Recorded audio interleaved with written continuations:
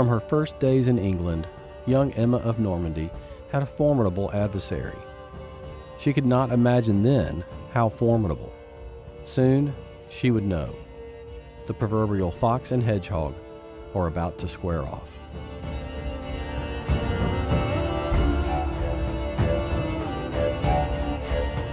How could you talk me into this?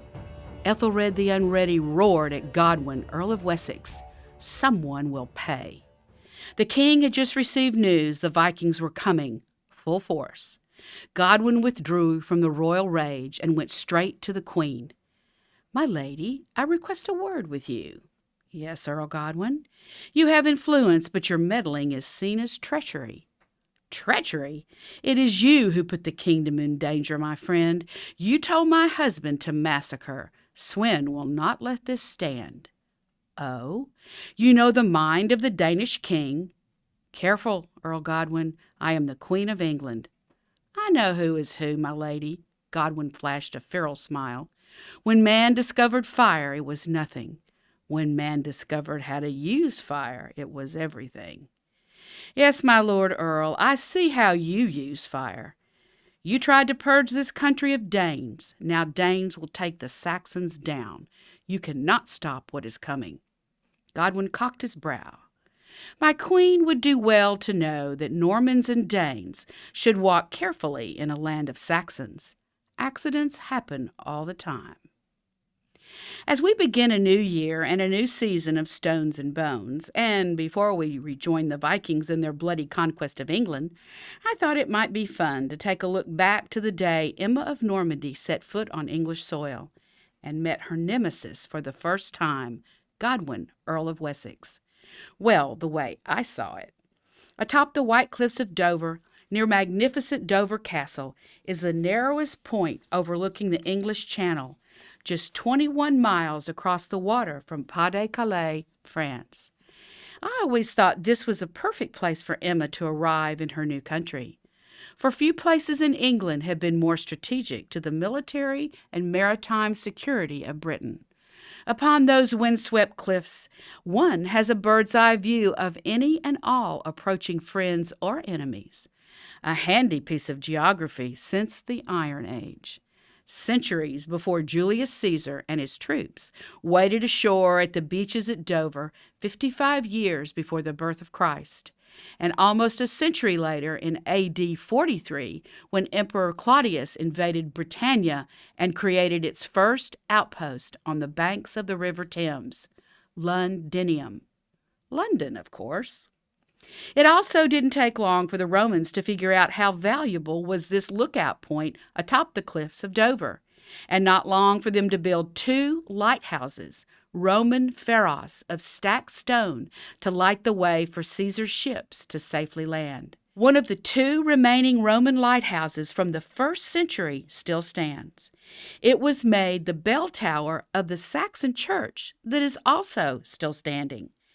But during the time of Ethelred the Unready, this church, right around the year 1000 when Emma came to England, was built. Both the church and its Roman lighthouse turned bell tower stand near the gap in the cliff across from Dover Castle.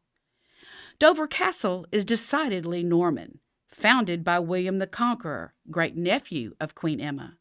The Dover Castle we see today is a product of William's great-grandson, Henry II, who considered himself quite Norman. You may know of Henry's French queen, Eleanor of Aquitaine. Dover, unique point high above the Channel that helped Queen Elizabeth I defend England from King Philip of Spain and his Spanish Armada. 3 centuries later, defended from the forces of Napoleon, and a century and a half after that, key to protecting England from Adolf Hitler. Quite a history indeed. So what better spot in all of England to introduce Emma to her nemesis, Godwin, Earl of Wessex, and begin their intense conflict that would last until the end of her days. From the get-go, Emma and Godwin were natural enemies, Saxons versus Normans, a rivalry still very much alive over a century later in the legends of Robin Hood.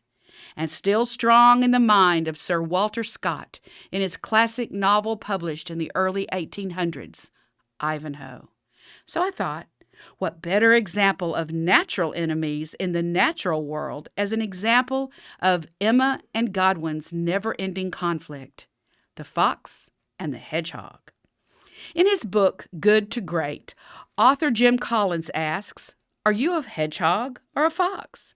He cites a famous essay, The Hedgehog and the Fox, by British historian and philosopher Sir Isaiah Berlin, who divided the world into hedgehogs and foxes, based upon an ancient Greek parable. The fox knows many things, but the hedgehog knows one big thing. The fox is a cunning creature, able to devise a myriad of strategy for sneak attacks upon the hedgehog. Day in and day out, the fox circles around the hedgehog's den, waiting for the perfect moment to pounce. Fast, sleek, fleet of foot, and crafty, the fox looks like the sure winner. The hedgehog, on the other hand, is a dowdy creature, looking like a genetic mix-up between a porcupine and a small armadillo. He waddles along, going about his simple day, searching for lunch and taking care of his home. The fox waits in cunning silence at the juncture in the trail. The hedgehog, minding his own business, wanders right into the path of the fox. "Aha, I've got you now," thinks the fox. He leaps out, bounds across the ground lightning fast. The little hedgehog, sensing danger, looks up and thinks, "Here we go again. Will he ever learn?" Rolling up into a perfect little ball, the hedgehog becomes a sphere of sharp spikes, pointing outward in all directions. The fox bounds toward his prey, sees the hedgehog's defense, and calls off the attack. Retreating back to the forest, the fox begins to calculate a new line of attack. Each day, some version of this battle between hedgehog and fox takes place, and despite the greater cunning of the fox, the hedgehog always wins. This is Aristotle's classic protagonist-antagonist clash, and the key to every great story. A mortal conflict each side believes it will win. In the story of the lady, Emma of Normandy has more than one antagonist, but only one follows her to the very end. But only one side will win. Will it be the fox or the hedgehog? In my podcast, Kingmaker, Emma of Normandy meets Godwin, Earl of Wessex, on the first day she sets foot on English soil. A long journey is before them, from the White Cliffs of Dover to Winchester. I'd like to think their first meeting went something like this. "Sire," Godwin addresses the king, "I have prepared the first wagon for you. I shall ride with your new bride and her Norman friends." Alwyn, Emma's guardian, Judith, Emma's handmaid, and the young Norman princess take their places inside a wagon covered in rich embroidered cloth. Earl Godwin sits opposite. It didn't take long for their first contest to begin. "My Lord Earl," Emma says, "I notice we travel on a Roman road." "Yes, my lady." "Alwyn taught me they are the same here as in Normandy." "I see your guardian has taught you well." "Yes, he taught me that Romans built their roads to move their armies, trade their goods, communicate across their empire, and civilize the barbarians." "Yes," Godwin taunts, "the Normans did need civilization." "As did the Saxons before them," an indignant Alwyn cuts in, "when Englishmen still dwelt in caves and painted themselves blue." Godwin falls silent, then laughs heartily. "My lord," Alwyn continues, "I have heard much about the city of Winchester. It is the seat of Saxon power in England, is it not?" "Yes, sir, it is," says Godwin, "a perfectly constructed city designed by King Alfred, the greatest of our Saxon kings, who put out all invaders to this island." The only sound now is the clatter of horses' hooves against the paving stones. Emma glances toward Godwin. He sits very still, very quiet, just studying her. "So," Godwin breaks the silence, "what do our illustrious guests think of my country?" "It looks remarkably like Normandy," Emma speaks up. "I notice your abundant vineyards and your many sheep, but especially the hedgerows." "Ah, yes, the hedgerows," Godwin's eyes narrow. "They mark the boundaries over which the unwelcome may not cross." Emma continues undeterred. I imagine the same wonderful creatures inhabit the hedgerows of England as well as in France, especially the fox and the hedgehog. An interesting pair of creatures you have chosen, milady. Godwin leans back, his arms crossed over his chest. I find them interesting as well, especially the fox that hunts all inhabitants. A testy Alwyn speaks up. And a crafty thief in the vineyards of others. Emma smiles at her guardian. Although we cannot see her, I know the hedgehog is about her business. A wonder of engineering she is, diminutive yet enduring, purposed and persistent. Yet, she meets Godwin's eyes, I'm sure the clever fox is never far away. No, Godwin says, he is never far away. I believe, Emma looks at her tutor, it was the Greeks who taught us of the fox and the hedgehog. Alwyn smiles at his pupil as she turns to Godwin. The fox is beautiful and cunning. He gives us luxurious fur to keep us warm in the winter.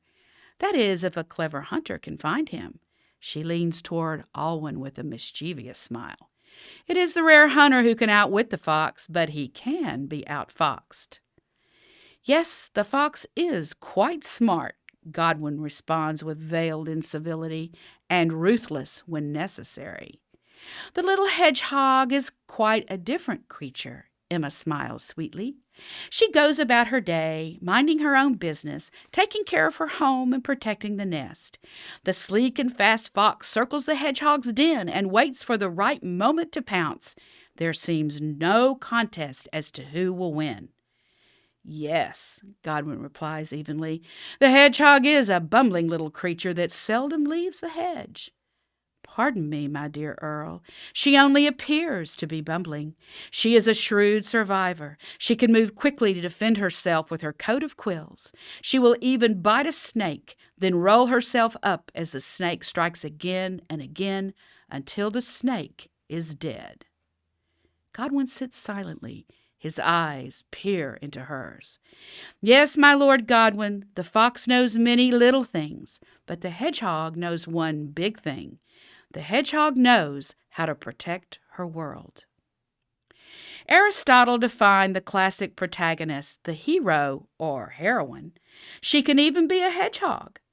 Aristotle also defined the classic antagonist, the ideal fox. The fox sees the world as complex. His task is more difficult, for he must pursue many ends at the same time.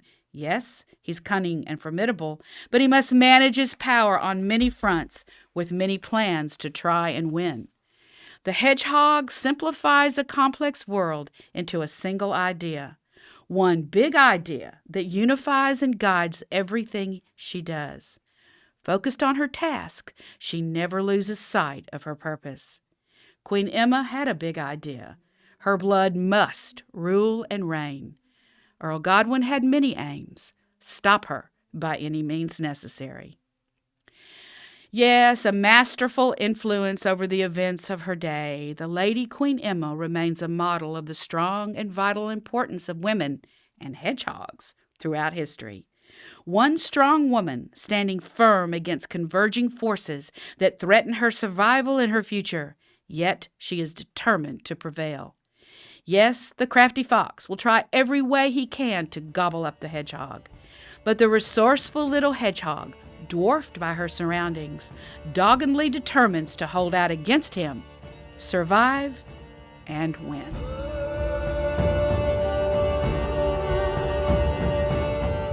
Next time on Stones and Bones, nightfall has come.